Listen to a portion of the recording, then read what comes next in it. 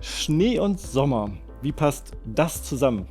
Ja gut, ich weiß, was ihr jetzt denkt, ihr Junkies, aber wir haben uns gedacht, wir führen euch in unseren Reviews heute durch verschiedene Jahreszeiten. So ist für alle was dabei.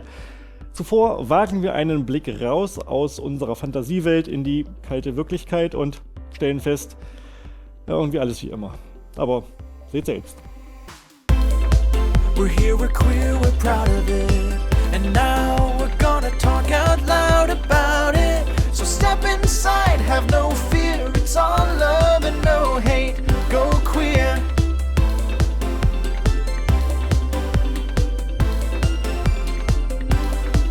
Bis zum 50-jährigen Jubiläum hat es leider nicht mehr gereicht. Am 1. November hat das 1977 gegründete Schwutz seine allerletzte Party gefeiert. Der älteste queere Club Deutschlands hatte bereits im Juli Insolvenz angemeldet. Sparmaßnahmen und strukturelle Veränderungen haben nicht geholfen.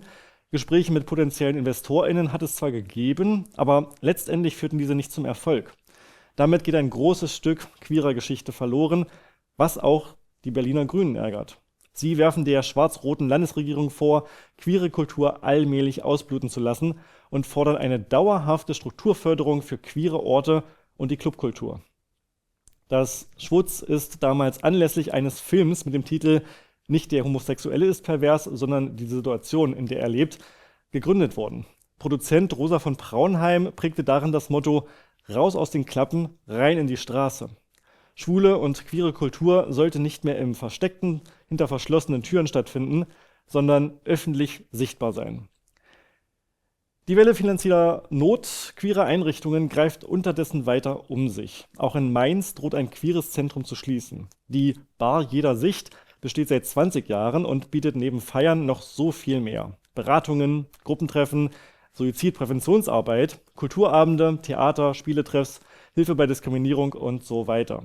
Selbst für das leibliche Wohl war bisher gesorgt, doch die Küche ist bereits geschlossen worden, da das Küchenpersonal nicht mehr bezahlt werden kann. Die gestiegenen Strom-, Wasser- und Gaskosten werden damit leider nicht ganz kompensiert und die Bar ist auf weitere Hilfe angewiesen. Auch hier ist die Politik gefragt. Gespräche mit dem Mainzer Oberbürgermeister Nino Hase laufen in der Hoffnung, dass die Fördergelder erhöht werden. Doch der Trägerverein Sichtbar Mainz e.V. geht auch neue Wege. Viele BesucherInnen kommen aus dem Umland, daher sollen sich auch die Bürgermeister benachbarter Städte beteiligen. Auch Firmen sollen als Spender gewonnen werden. Im Kleinen hilft bereits sogar eine Mitgliedschaft ab 8 € pro Monat. Ich oute mich mal als ehemaliger Vorsteller eines ähnlich queeren Zentrums. Die Sorge um das Geld ist leider so alt wie die Witze eurer Väter. Solche Zentren sollen natürlich für alle da sein, insbesondere diejenigen, die am meisten Hilfe benötigen. Da kann man keine Eintrittsgelder nehmen und für Getränke und Speisen nicht den Verkauf der linken Niere verlangen. Also bist du auf die Gutmütigkeit anderer angewiesen. Mitglieder, die Mitgliedsbeiträge zahlen, aber umso mehr auch Politiker, die Fördertöpfe aufmachen. Und dann schaut auf den gesellschaftlichen Trend, wie die AfD ihre Ansichten immer mehr etabliert, wie die CDU zuletzt sogar gegen gemeinnützige Vereine gehetzt hat, die angeblich mit Steuergeldern linksgrün versiffte Ideologien verbreiten. Kein Wunder, dass Fördermittel wegbrechen wie die Eisschollen in der Antarktis. Hoffen wir, dass sich dieser Trend abfangen lässt. Umso erfrischender ist es, eine Entwicklung in die andere Richtung zu sehen. In Magdeburg kommt die queere Szene nächstes Jahr ganz groß raus. Hier findet 2026 das jährlich stattfindende Treffen der europäischen Pride-Bewegungen statt. Diese Generalversammlung der European Pride Organizers Association, kurz EPOA, besteht aus Delegierten aus 30 Ländern. Direkt nach der ebenfalls im nächsten Jahr stattfindenden Landtagswahl will man ein Zeichen für Demokratie, Vielfalt und Menschenrechte setzen. Magdeburg reiht sich damit direkt hinter Barcelona ein, wo die Delegierten in diesem Jahr zusammenkamen. Überschattet wird die Planung von den Wahlprognosen. Nachdem in diesem und letztem Jahr bereits rechte Gruppierungen gegen den Magdeburger CSD mobilisierten, fürchtet man auch bei den Wahlen einen Rechtsruck. So wird man sich zwangsläufig auch um die Sicherheit der Delegierten Gedanken machen müssen. Ein kraftvolles Zeichen ist es allemal. Ein Akt des Widerstands, wenn man so will. Und ich vermute, der CSD Magdeburg e.V. hat nicht ohne Grund in die Landeshauptstadt eingeladen. Schon länger liebäugelt er mit der Europride, einer Deluxe-Variante mit europäischer Reichweite. Völker dieses Kontinents, schaut auf diese Stadt. Das waren doch die Worte des ehemaligen Magdeburger Bürgermeisters Ernst Reuter, hier tätig von 1931 bis 1933. Naja, fast. Und eigentlich meinte er Berlin und Leistungen des Wiederaufbaus nach dem Zweiten Weltkrieg, aber sei's drum. Diesmal können wir vielleicht bereits vor der Machtübernahme der Nazis zeigen, dass diese Stadt eigentlich bunt ist. Doch bis dahin wird man sich gedulden müssen. 2026 ist Amsterdam an der Reihe, gefolgt von Torino in 2027 und Limerick, Westirland, im Jahr darauf. Erst Julia Klöckner, jetzt auch das Bundesinnenministerium. Die Regenbogenflagge gerät in der Politik immer mehr ins Visier von Gegnern. In einem Bericht des Tagesspiegels wurde dargestellt, dass sich mehrere BeamtInnen für ein grundsätzliches Verbot an Regierungsgebäuden einsetzen. Als Begründung geben sie an, dass, Zitat, fortwährend unterschiedliche Erscheinungsbilder, Zitat Ende, die Wirkmächtigkeit der staatlichen Symbolik einschränken. Dabei stehe die Bundesflagge für Einheitlichkeit und Kontinuität staatlichen Handelns und diene insbesondere der Identifikation der Bürger mit dem Staat. Zudem kritisieren sie eine privilegierte Behandlung der Regenbogenflagge und geben zu bedenken, dass sonst auch anderen Gruppen und Organisationen ein nachvollziehbares Interesse an einer Logobeflaggung eingeräumt werden müsse. So wird gefordert, die geltenden Vorschriften insoweit zu überarbeiten, dass Logoflaggen prinzipiell nicht mehr zugelassen werden. Ausnahmen solle es nur bei einem besonderen bundes- oder gesamtstaatlichen Bezug geben. Derweil bleibt fraglich, ob diese Forderungen überhaupt zur Abstimmung kommen. Notwendig wäre ein Kabinettsbeschluss, der allerdings als unrealistisch gilt, da die SPD-MinisterInnen wahrscheinlich kein Regenbogenfahnenverbot unterstützen werden. Einheitlichkeit und Kontinuität staatlichen Handelns? Am Arsch. Wo handelt der Staat denn einheitlich und kontinuierlich? Und hat die Regenbogenflagge nicht bundes- oder gesamtstaatliche Wirkung als Zeichen gegen menschenverachtende Ausgrenzungsideologien? Eben das war damals der Grund, die Beflaggung zuzulassen. Als staatliche Institution zu zeigen, dass Deutschland modern und vielfältig ist. Aber bei der Identifikation muss ich recht geben. So ein gemeinsames Gruppenmerkmal wie eine Staatsflagge schweißt zusammen und verhindert ein Stück weit, dass die Gesellschaft auseinanderbricht. Wobei die Wirkung in dem Beispiel eher marginal sein dürfte. Da gibt es genügend politische Aussagen, die hundertfach gegen diese Wirkung arbeiten. Stadtbild. Mal abgesehen davon, unsachlich wird die Argumentation an der Stelle, wo impliziert wird, man würde ständig andere Flaggen aufhängen. Stimmt ja nicht. 1-2 Mal im Jahr macht den Kohl nicht fett, zumal es eine Regelung gibt, die ein Hissen der Regenbogenflagge nur einmal im Jahr zu besonderen Anlässen erlaubt. Wird sich zwar nicht immer daran gehalten, aber von fortwährend kann bei weitem nicht die Rede sein. Also wieder einmal ein Pseudokulturkampf, um von echten Problemen abzulenken. Sieht so aus. Und vor dem Hintergrund, dass auch dieser Vorstoß bereits im Juli passiert ist, hoffen wir mal, dass hier bald wieder Ruhe einkehrt. Solange bis im nächsten Sommer die Pride-Saison wieder Fahrt aufnimmt. Ende Oktober wurde im britischen Staffordshire ein Denkmal enthüllt, das queeren Menschen gedenkt, die im Militär gedient haben. König Charles III. Wohnte der Enthüllung bei und legte einen Kranz nieder. Der erste öffentliche Auftritt von König Charles für ein Thema der queeren Community. Das Bronzedenkmal besteht aus Buchstaben, die einen geknickten und gedrehten Brief ergeben und Worte aus sichergestellten Aussagen betroffener Menschen bilden. Wahrscheinlich zu traumatisierenden Erfahrungen oder unhaltbaren Situationen, denn bis ins Jahr 2000 mussten queere Menschen in der Armee Schikane und Repression fürchten. Offiziell war es ihnen sogar verboten zu dienen. Häufig fanden Misshandlungen und Demütigungen statt, bevor sie aus der Armee sogar ganz entlassen wurden, manchmal sogar ohne Rentenanspruch. Doch auch Worte der Hoffnung sind zu lesen, wie Respekt, Stolz und Solidarität. Das Denkmal steht in der nationalen Gedenkstätte Arboretum. Und was sonst noch außerhalb der Grenzen Europas passiert ist, sowie in Frankfurt passieren wird, fassen wir euch nun in den folgenden Quickies zusammen. Frankfurt wird 2028 Gastgeber der Eurogames, der größten queeren Sportveranstaltung Europas. In 20 Disziplinen, von Basketball bis Bogenschießen, treten über 4000 Teilnehmende an. Neben den Wettkämpfen sind auch kulturelle Aktionen und Workshops rund um den Römer geplant, eng verbunden mit dem Christopher Street Day. Die Stadt Frankfurt und Oberbürgermeister Mike Joseph betonen, die Eurogames sind ein Zeichen für Vielfalt, Offenheit und Zusammenhalt im Sport und weit darüber hinaus. Lady Gaga zählt auch 2026 wieder zu den großen Favoritinnen der Grammy Awards. Die Sängerin wurde in 7 Kategorien nominiert, unter anderem für Album des Jahres mit Mayhem und Song des Jahres mit Abracadabra.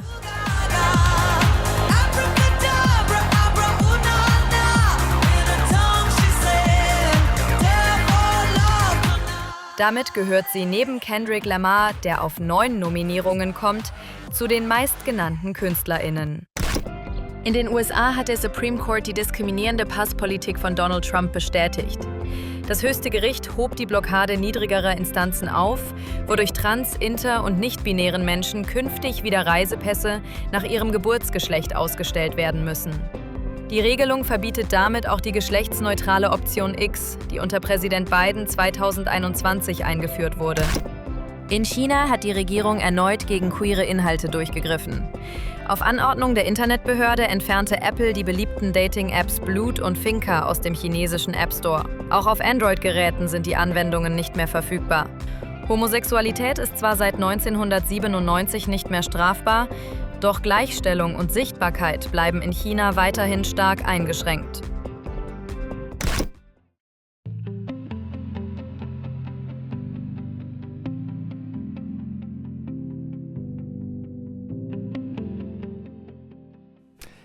Wer sehnt sich dieser Tage nicht nach dem ersten Schnee? Und wie schön wäre es, ihn in verschiedenen Formen und Ausprägungen zu bewundern.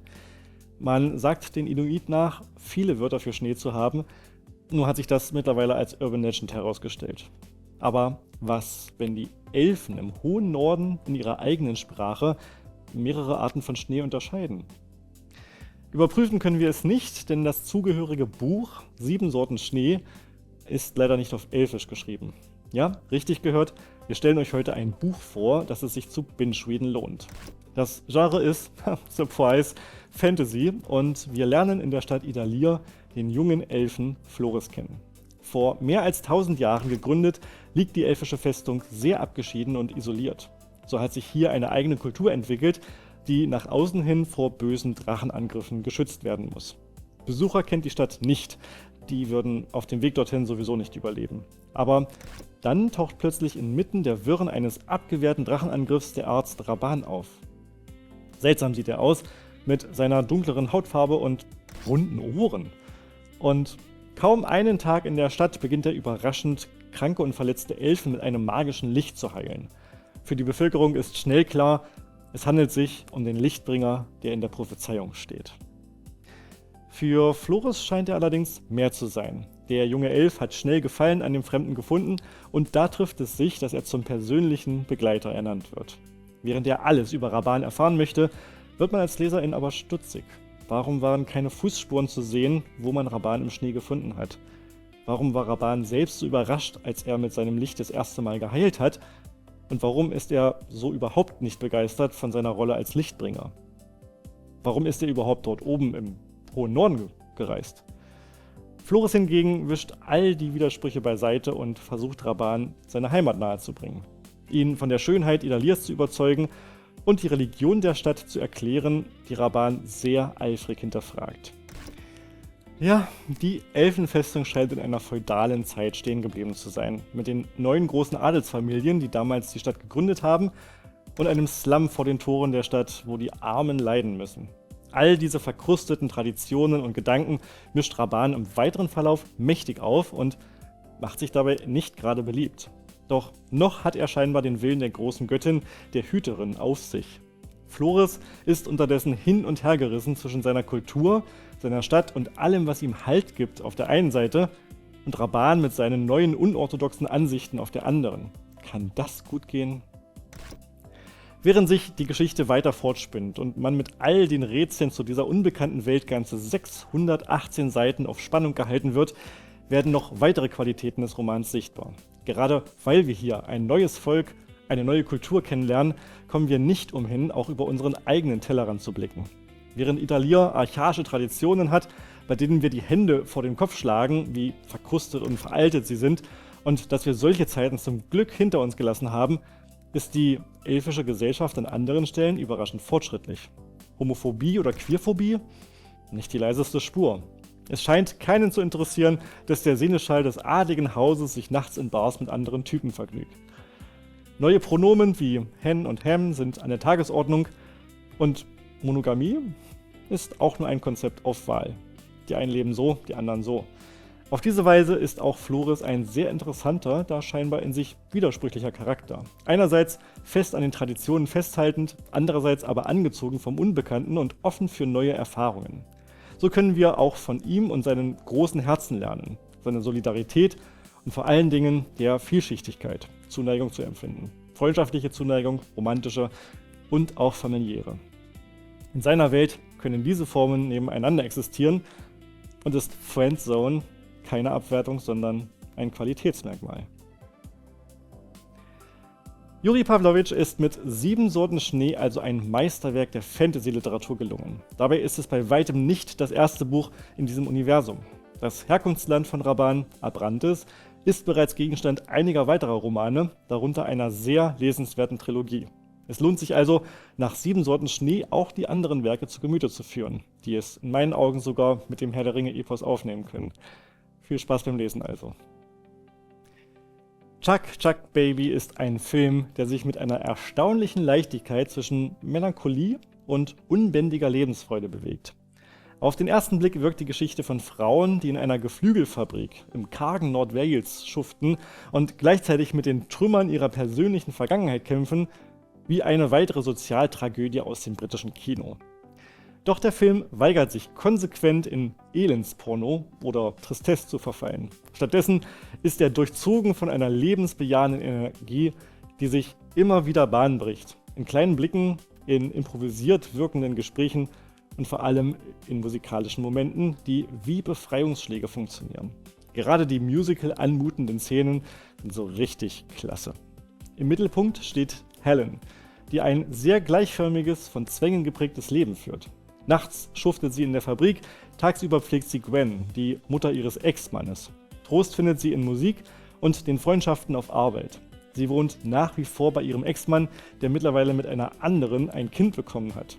Bisweilen führt diese Konstellation zu tragikomischen Szenen.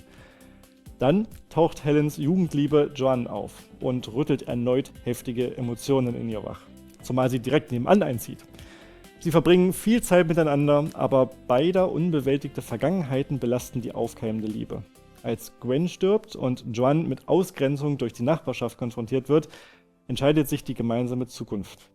Die unbändige Lebensfreude, die der Film zelebriert, kommt nie naiv daher. Sie entsteht gerade aus dem Bewusstsein darüber, wie schwer das Leben sein kann. Und für alle ProtagonistInnen auch ist.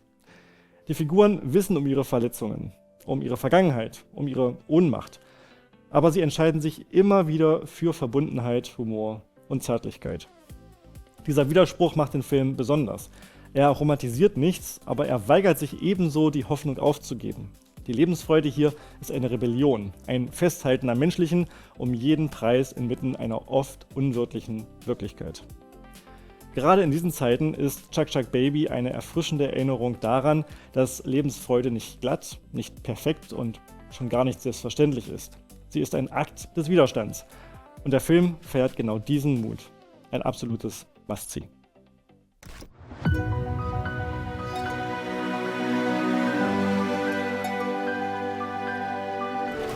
Eyes down on the line, 4 nights down, 1 to go!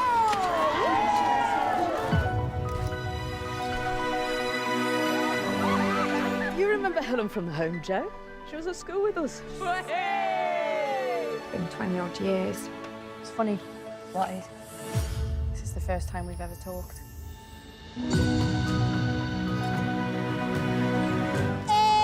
Snoopyans against the law. You like her? You've been hiding away too long. What is going on with those two?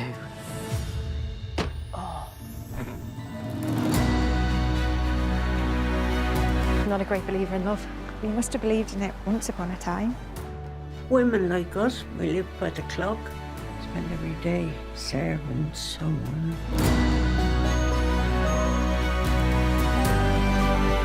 Can't escape from what you are around here. Nobody wants you! I'm always going to be this girl, and you are always going to be desperate. I'm not being funny, but can someone grab that creepy doll?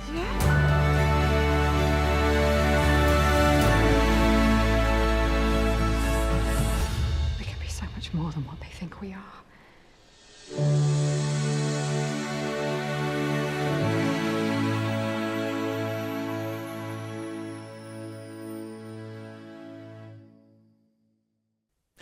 Der italienische Spielfilm Ein schöner Sommer spielt im Jahr 1938 im faschistischen Italien. Im Mittelpunkt steht die 16-jährige Ginia, die aus einem kleinen Dorf nach Turin zieht, um in einem Modeatelier zu arbeiten. Dort lernt sie die etwas ältere Amelia kennen, die als Aktmodell für Künstler arbeitet. Durch sie entdeckt Ginia eine neue, freiere Welt, die sie zugleich fasziniert und verunsichert. Zwischen den beiden Frauen entwickelt sich eine enge, spannungsvolle Beziehung, in der Ginia erste Erfahrungen mit Selbstständigkeit, Begehren und gesellschaftlichen Grenzen macht. Laura Lucetti erzählt diese Geschichte mit viel Feingefühl und großer visueller Sorgfalt. Die Kamera fängt das sommerliche Licht, die warmen Farben und die Atmosphäre der 1930er Jahre eindrucksvoll ein. Der Film wirkt fast wie ein Gemälde. Jede Einstellung ist durchdacht, komponiert und viele Szenen kommen ohne viele Worte aus. Das macht die Erzählung ruhig und poetisch, aber manchmal auch etwas distanziert. Man spürt Ginias innere Zerrissenheit, doch ihre Gefühle bleiben oft unausgesprochen. Besonders stark ist die schauspielerische Leistung der Hauptdarstellerin Chiara Vianello. Sie verkörpert Ginias Unsicherheit und Neugier sehr glaubwürdig. Auch Deva Cassel als Amelia bringt Charme und Selbstbewusstsein in ihre Rolle. Zusammen bilden sie ein glaubwürdiges Duo, das stark aufspielt und den emotionalen Kern des Films trägt. Inhaltlich geht es in Ein schöner Sommer um Erwachsenwerden, Freiheit und Selbstentdeckung, aber auch um gesellschaftliche Zwänge und Moralvorstellungen der damaligen Zeit. Der historische Hintergrund des aufkommenden Faschismus bleibt eher im Hintergrund. Die Regisseurin hätte diesen Aspekt gut nutzen können, um Feminismus und politischen Widerstand zu thematisieren. Dass dies nicht so ist, könnte manche ZuschauerInnen zu oberflächlich erscheinen. Dennoch ist der Film eine sensible Studie über das Erwachsenwerden in einer schwierigen Epoche. Insgesamt überzeugt Ein schöner Sommer durch seine ästhetische Bildsprache, seine ruhige Erzählweise und die feinfühlige Darstellung der Figuren. Wer einen lauten, spannungsgeladenen Film erwartet, wird vielleicht enttäuscht. Wer sich aber auf die leisen Töne und die melancholische Atmosphäre einlässt, erlebt eine berührende und nachdenkliche Geschichte über Jugendliebe und Selbstfindung. Ein episches Schmuckstück.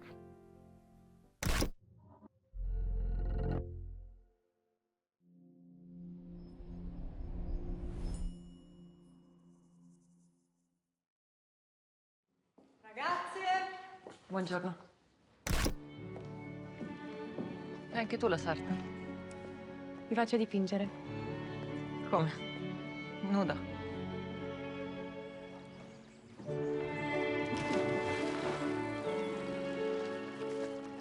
Che ci fai tu con una come quella? Lei non è come noi, Genio. Meno male. Amelia fa il mestiere che più le si addice. Le cose che non abbiamo fatto in questo studio. Che fate ancora?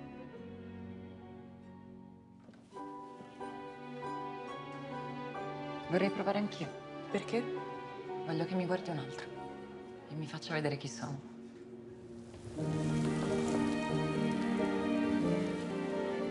Com'è fare l'amore? Non avere fretta.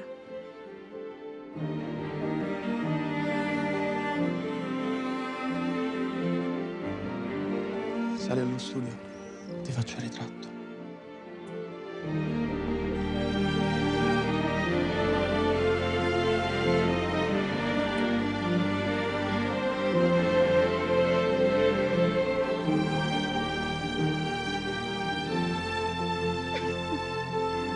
Non è più bello quando siamo io e te invece di stare con quei due che ci provano con tutte?